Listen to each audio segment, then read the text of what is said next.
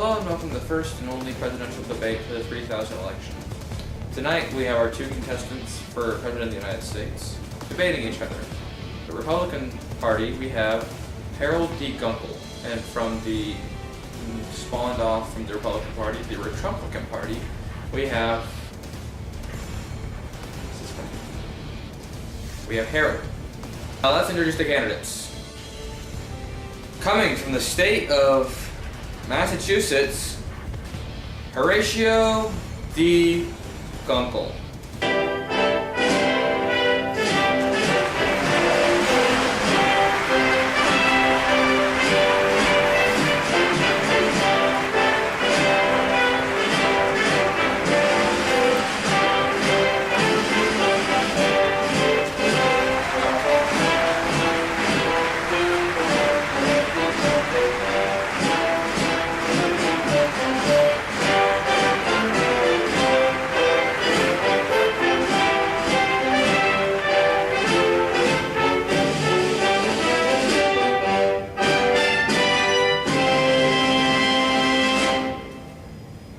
And now from the Republican Party, Harold.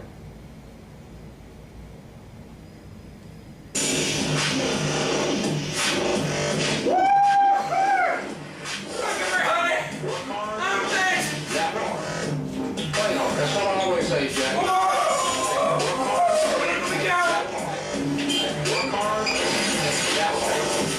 Work hard. Look at President's trial.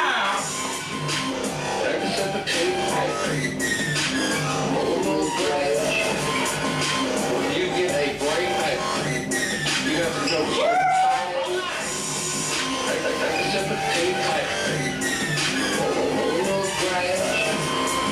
when you get a break, you have to go sleep fast. Hi, Horacio D. something or other. My name is Harold. You may have heard me. I'm your future president. And hey, just some friendly advice. Your song was kind of boring. Mine was more upbeat. That's why I'm gonna win. Howdy, y'all. How y'all doing today? My name is Harold. What's yours? We now go to our moderator, Harrison D. Gunkel, brother of Horatio D. Gunkel. Mr. Horatio, we'll start with you. Why are you the better choice than your candidate to run for president? Well, you see, Harrison, I've been in the business for far longer than Mr. Harold here, with all due respect. I'm sure the feeling's mutual. I've been in since last Thursday night. I believe I am the better president, the better to be president for this country, because simply I care. I want to be a president for all people. I want to be a president even for Mr. Harold here if he loses, and I hope he would feel the same.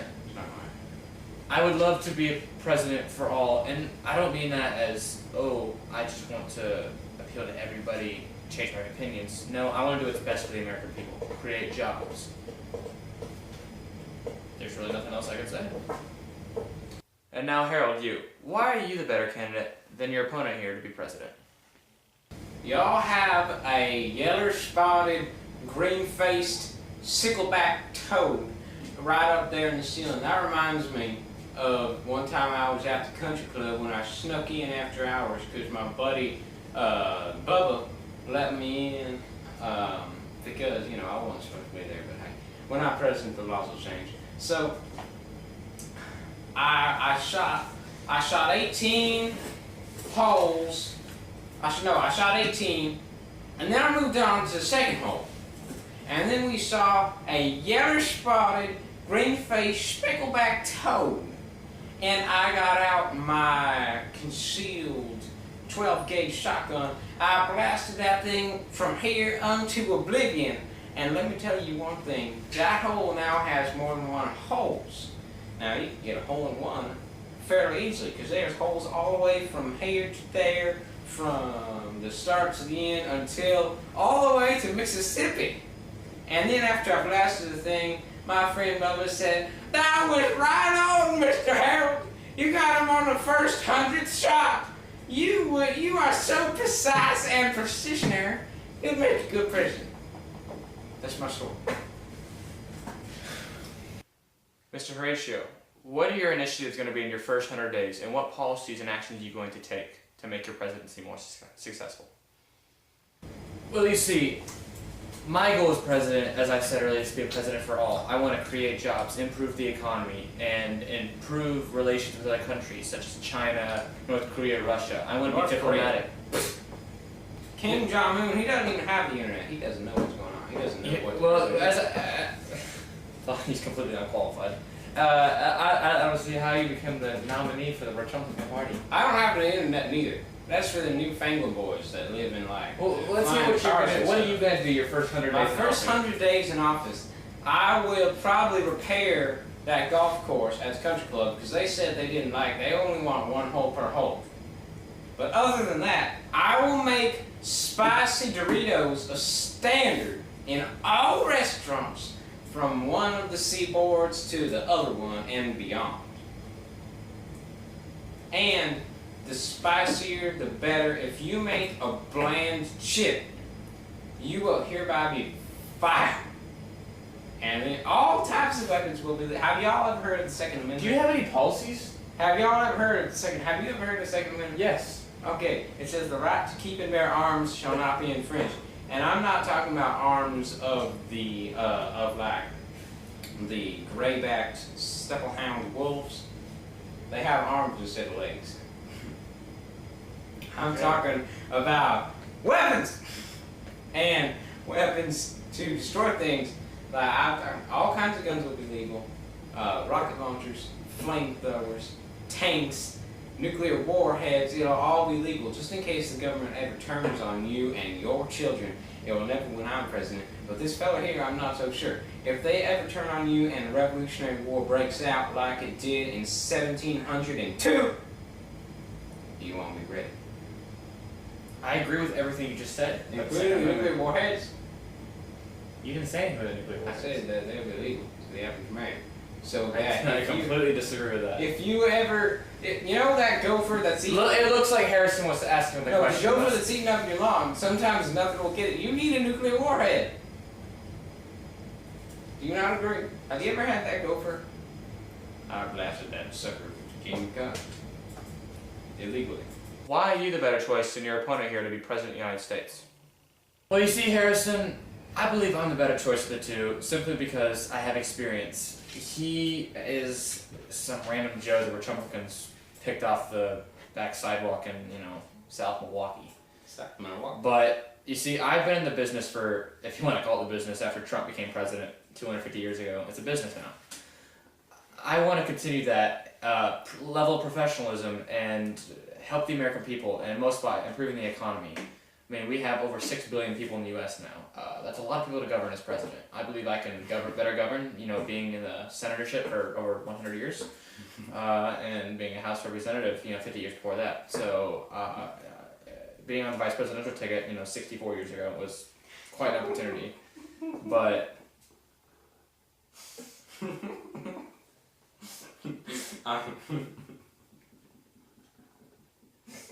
what? I'm sorry. And he's very disrespectful. I believe I'm the better candidate of the two, just simply because of that. That Joe's a funny fella. I was remembering my childhood. It was a sad time. Mr. Harold, why are you more qualified than Mr. Horacio here to be president of the United States? But I'm a better choice. First of all, what was the question? Better choice? That was the question. See, I am more qualified than you think. I can remember these questions better than what's your face would have suggestions. Calling in from, the moon. He's calling in from the There's moon. a colony on the moon now. Do you not know anything? He's calling me on the moon. They're calling the moon I Mars don't and care Pluto. about colonies. Colonies, those were around the Revolutionary War too. But so you gotta be careful about those. So first of all, I do not come from South Milwaukee. I take offense to that. You see, I come from this little town called Arkansas, and as you know, Arkansas hasn't been a state for over 200 years. no Arkansas. Trump got rid of Arkansas. It's now just a big lake. Do you not know your history? No, but I come from there. It's my home, Arkansas. The lake state is what we call it because it's a lake and it's also a state. Do you not know your history? So, I come from Arkansas, and as you know, we frog people down in Arkansas are in a shooting war with South Milwaukee. It's been going on for the past 4,500 years, ever since the time of the great pharaohs. And we have made some great advances in technology since then. We have a motorhome on wheels. Wait. No, I'm sorry. It has a big shotgun on the front of it that can blast from Arkansas to South Milwaukee. And we are working on, remember what I said about this nuclear war? Don't tell the folks down in South Milwaukee. It's going to tear some people up. I'm from South Milwaukee.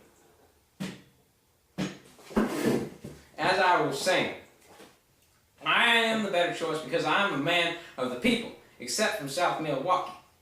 Like this jokester. And you know that I'm going to get elected because there's more people in Arkansas. More people on land, that is. You don't know about our colonies under the deep blue. There is something you don't know about, and I know everything about Arkansas. The election is going on as we speak. The election is going on. The election is occurring right now to keep your people from voting. Hold on. Our people knew it was going on right now. This is simply a false setup. Let's look at the election results, why don't we? Here's something you don't know, my good friend. This is one of them newfangled things. I don't know what that is. But my people... Did you not see this? You won every state. Yes, and here's why. My people have been casting their votes since the year... Since the year 8,972 BC. There was a prophecy that one day a brilliant man named Harold would be born in a trailer park on his neighbor's backyard that would run for president of the United States. And today that day has come. And I'm going to take his newfangled Milwaukee abomination and I'm going to get out here, I'm going to be president, and play my song every day. And I'm going to give the world some spicy nacho chips. This is not that.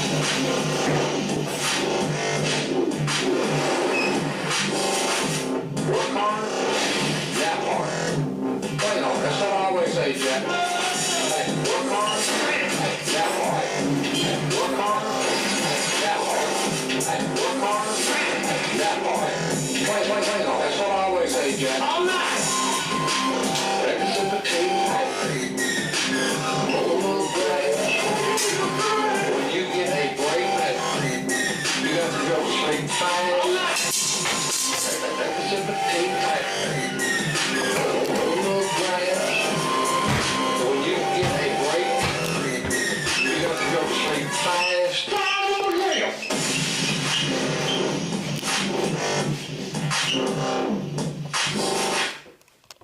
Well, it looks like that wraps up this election night. As you saw, Harold in a blowout landslide won with 98% of the vote, and to Mr. Horacio's 1.6% of the vote. Quite possibly it is the largest blowout win ever for the presidency. This is election night in America. Thank you. Well, that was surprising. It looks like in a surprise outcome, Harold wins the Electoral College 538 to Horatio D. Gunkel's 0. This concludes coverage of the 3000 presidential debate and the 3000 presidential election for President of the United States of America. I'm Horace A. Gunkel.